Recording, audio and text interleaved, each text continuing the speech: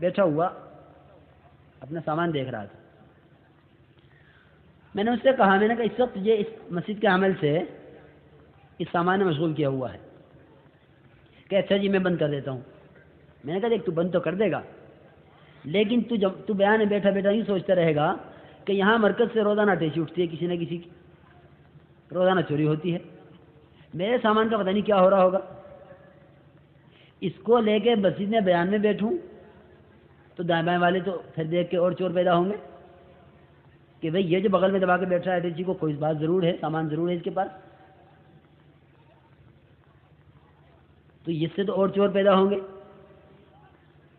اب میں کیا کروں؟ میں نے اس سے کہا، میں نے کہا تم یہ سامان یہاں چھوڑ کے جاؤ گے تو وہاں بیٹھے بیٹھے سوچو گے کہ میرے سامان کا کیا ہو رہا ہوگا. تو بہرحال عام طور سے جماعتیں ہماری چلتے چلتے کہیں نہ کہیں سے امیر صاحب سے آنکھ بچا کے کام کر لیتی ہیں کہ چلو یہ کر لو. امیر صاحب سے پوچھ لیا، امیر صاحب پیشاب کری آؤ. اب خدا جانے پیشاب بازار میں ہوگا یا کہاں ہوگا. ہنسی کی بات نہیں میرے دوستوں، پابند ہونے کی بات ہے، پابند ہونے کی. بولے یہ کہاں کرے گا پیشاب؟ تو عرض یہ کر رہا تھا کہ معاذ بن جبل رضی اللہ تعالیٰ عنہ کو بھیجا کے تقاضے پر جب واپسی کا دن ہوا تو بیوی دروازے پر کھڑی ہوئی تھی انتظار میں کہ اب واپس آئیں گے. جب واپس آئے تو بیوی نے کہا کہ خالی ہاتھ چلے آ رہے ہو، وہ تحفے، وہ تحائف، وہ ہدایہ، وہ گفٹ جو باہر سے آنے والے کہاں ہیں؟ وہ جیسے خالی ہاتھ گئے تھے ایسے خالی ہاتھ چلے آئے. ہمارے لیے بھی تو کچھ لے کر آتے. حضرت معاذ بن جبل رضی اللہ تعالیٰ نے فرمایا کہ میں ضرور تیرے لیے لے کر آتا کچھ، لیکن امیر المؤمنین عمر بن الخطاب رضی اللہ تعالیٰ عنہ نے مجھ پر ایک نگراں مسلط کر دیا تھا. مجھ پر کیا کر دیا تھا بھائی؟ نگرانی کرنے والا مجھ سے مسلط کر دیا تھا. میں اس کی نگرانی کی وجہ سے تو تیرے لیے کچھ مجھے موقع نہیں ملا لینے کا. کوئی موقع ایک منٹ کا ایسا نہیں ملا جس میں آنکھ چھپا کے اس سے اور تیرے لیے چیز لے لیتا. کہا کہ اچھا نگراں لگایا تمہارے اوپر، کیا امیر المؤمنین نے تمہیں خائن سمجھا ہے؟ عورت تھی بڑی تیز ان کی بیوی، اور وہ سیدھی حضرت عمر بن خطاب رضی اللہ تعالیٰ عنہ پہنچ گئی اور جا کے کہا امیر المؤمنین معاذ بن جبل میرے شوہر وہ جاتے رہے جناب رسول اللہ صلی اللہ علیہ وسلم کے زمانے میں ہر تقاضے پر، آپ نے کبھی نگراں نہیں لگایا، ہمیشہ ان پر اعتماد کیا ہے اور امین سمجھا ہے. اور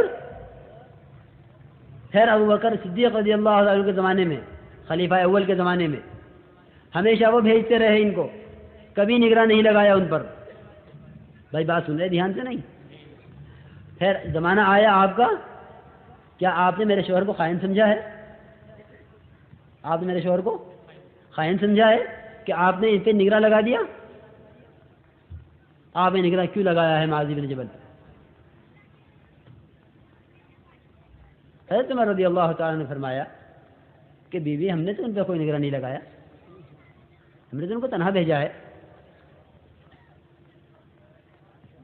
ہم نے تو ان کو تنہا بھیجا ہے، ہم نے ان پہ کوئی نگراں مسلط نہیں کیا. چنانچہ بیوی واپس آ گئی.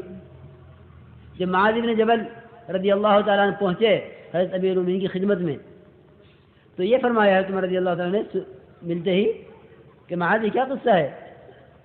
تمہاری بیوی میرے پاس بھی آئی اور تمہاری بیوی نے سارے علاقے میں ہنگامہ کیا ہوا ہے.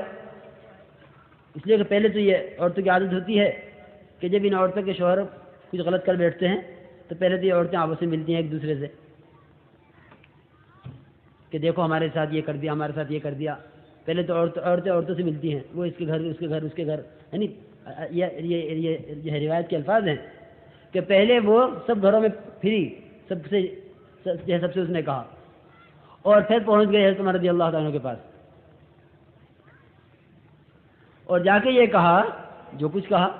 بہت غصہ ہوئی. حضرت عمر رضی اللہ عنہ نے پوچھا معاذ ابن جبل رضی اللہ تعالی عنہ سے کہ معاذ کون نگراں تم پر ہم نے لگایا ہے؟ کہ امیر المومنین جب میری بیوی نے مجھ سے یہ کہا کہ میرے لیے کچھ نہیں لائے تو میں تو اس پر اپنے پر نگراں اللہ تعالیٰ کو مراد لے رہا تھا۔ کس کو مراد لے رہا تھا بھائی؟ اللہ تعالیٰ کو، کہ اللہ مجھ پہ نگراں ہے۔ اس وجہ سے مجھے پورے سفر میں کوئی منٹ ایسا نہیں ملا کہ بھائی کوئی لمحہ ایسا ہو سکتا ہے جس میں کوئی انسان خدا کی نگرانی سے خارج ہو کہ بھائی فلاں آدمی اللہ کی نگرانی میں نہیں ہے۔ تو اگر ہم نکلنے کے زمانے میں اپنے اوپر اللہ تعالیٰ کو پہلے نگراں بنا لیں کہ میری ایک ایک حرکت، اب چاہے امیر کے سامنے ہو رہی ہو نہ ہو رہی ہو، چاہے امیر سے زبردستی اجازت لے کے ہو رہی ہو کہ امیر صاحب دیکھو یا تو دے دو اجازت ورنہ میں چلا جاؤں گا جماعت توڑ کے۔ امیر صاحب نے کہا بھائی تو جائے گا، جماعت سے بھی جائے گا، چلو دے دو اجازت اس کو۔ ہم نکلے ہیں خدا کی دین کے لیے، ہم نکلے ہیں خدا کی راہ میں، ہم نکلے ہیں جناب رسول اللہ صلی اللہ علیہ وسلم اور آپ کے صحابہ کی سنت کو زندہ کرنے کے لیے۔ آپ کے طریقے پر ہمارا گشت جناب صلی اللہ علیہ وسلم کے گشت کی طرح ہے، ہماری تعلیم آپ کی تعلیم کی طرح ہے، ہماری خدمت آپ کی خدمت کی طرح ہے، ہمارا ایک ایک عمل وہ جناب رسول اللہ صلی اللہ علیہ وسلم کے طریقے پر ہوگا۔ نکل کر ہر آدمی خود سوچ لے کہ میں کون کون سے وہ کام کر رہا جو جناب رسول اللہ صلی اللہ علیہ وسلم طائف میں نہیں کیے، جو آپ نے عکاظ اور ذوالمجنہ کی کہ بازاروں میں اور جو ہے نمائشوں میں نہیں کیے، میں کیا کر رہا ہوں؟ یہ نکل کر خود اندازہ کرے ہر ایک۔ امیر سے یہ اجازت لے سکتا ہے اور امیر بیچارہ مجبور ہو کر اجازت دے سکتا ہے، لیکن یہ تو ہر آدمی کو خود سوچنے کی بات ہے کہ میں اللہ کے راستے میں نکلا ہوا ہوں، آیا یہ کام میرے کرنے کا ہے یا نہیں ہے؟ پھر جتنا اپنے آپ کو پابند کریں گے اتنا کرنے کے کاموں میں دل لگے گا، اتنا کرنے کے کاموں میں ہمارا دل لگے گا کہ کیا کام کرنے کا ہے، کیا کام کرنے کا نہیں ہے، کیا کام کرنے کا ہے، کیا کام کرنے کا نہیں ہے، ہمارا دل لگے گا اس میں۔ ہمیں یہ ہماری سمجھ میں آئے گا کہ دیکھو یہ کام کرنے کا نہیں ہے، تو واقعی واضح طور پہ نظر آتا ہے کہ جماعت کا کوئی آدمی جماعت میں کوئی کام جماعت کے علاوہ کر لیتا ہے تو غیر بھی محسوس کر لیتے ہیں کہ یہ آدمی جماعت میں ہوتے ہوئے یہ کام کر رہا ہے۔ ارے تم نے جماعت میں ایسا کر لیا، کیونکہ صاف پتہ چل رہا ہے کہ یہ آدمی اس وقت جناب رسول اللہ صلی اللہ علیہ وسلم کے طریقے پر اور آپ کے مزاج پر اور آپ کے طریقہ دعوت پر دعوت دینے کے لیے نکلا ہوا ہے، صاف پتہ چل رہا ہے۔ تو یہ کہ اس میں لا یعنی باتوں سے، لا یعنی کاموں سے، لا یعنی کسے کہتے ہیں؟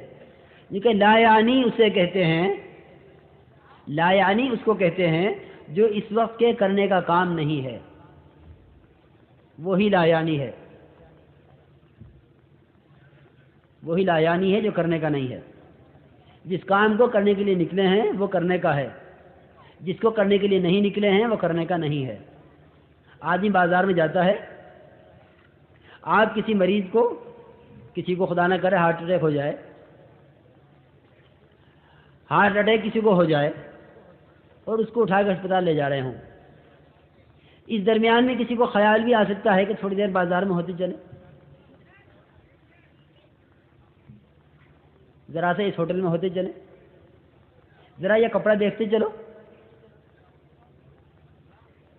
ذرا اس دکان میں جھانکتے چلو، ذرا یہ پارک آ گیا اس میں ٹہلتے چلو تھوڑی دیر۔ ایک آدمی کی جان بھی بنی ہوئی ہے، اماں کا، ابا کا، بھائی کا، چچا کا، خالو کا، تائے کا، جتنے بھی گھر میں ہیں سب کے رخ اسپتال کی طرف، جلدی دوڑو، کیا ہوا کہ فلاں صاحب کو اٹیک ہو گیا۔ ہم سب مریض ہیں اور جسم کا مرض وہ تو موت تک چلے گا، موت کے بعد ہر ڈاکٹر چھوڑ کے جو ہے الگ ہو جائے گا، لیکن جو روحانی امراض ہیں یہ روحانی امراض ہمیشہ ہمیش کے لیے ہیں، یاد رکھو۔ جسمانی امراض وقتی ہیں، روحانی امراض دائمی ہیں، روحانی امراض دائمی ہیں۔ یہ حسد، یہ کینہ، یہ بغض و عداوت، یہ مال کی محبت، یہ نماز نہ پڑھنا، یہ روزہ نہ رکھنا، یہ اعمال صالحہ نہ کرنا، یہ غبن اور یہ خیانت، کیونکہ یہ جتنے امراض ہیں یہ امراض دائمی ہیں، یعنی جس طرح یہ امراض دنیا میں ہمیں تکلیف نہیں پہنچا رہے لیکن آخرت میں ہمیشہ کے لیے تکلیفیں پہنچائیں گے۔ تو کیا ممکن ہے یہ کہ بھئی کسی آدمی کو لے جا رہے ہیں ہسپتال اور آدمی کسی اور کام میں لگ جائے؟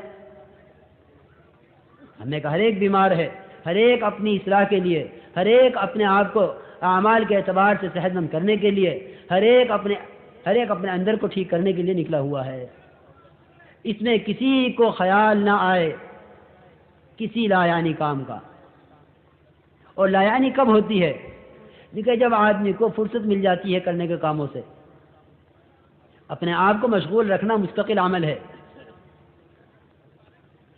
اب گشت میں، اب تعلیم میں، اب ذکر میں، اب تلاوت میں، اب انفرادی دعوت میں مستقل اپنے آپ کو مشغول رکھنا ہے، تاکہ مستقل مشغول رکھنے سے مستقل لا یعنی کاموں سے، لا یعنی باتوں سے جو ہے محفوظ رہے۔ پھر لا یعنی بات ہی نہیں، صرف نگاہ لا یعنی کام کر سکتی ہے، کان لا یعنی کام کر سکتے ہیں، ہاتھ لا یعنی کام کر سکتے ہیں۔ زبان کی لا یعنی کیا ہے؟ کہ وہ بولے جو یہاں بولنا نہیں ہے۔ ہم نکلے ہیں ایمان بنانے کے لیے، ایمان کے خلاف کوئی جملہ زبان سے نہ نکلے، ایمان کے خلاف کوئی جملہ زبان سے نہ نکلے، کہ وہ جملہ جو ایمان میں ضعف لائے گا، وہ جملہ اپنی مقام پر رہتے ہوئے ایمان میں اتنا ضعف نہ لاتا جتنا یہ ایمان کی محنت کے لیے نکلنے کے بعد ایمان میں ضعف لائے گا۔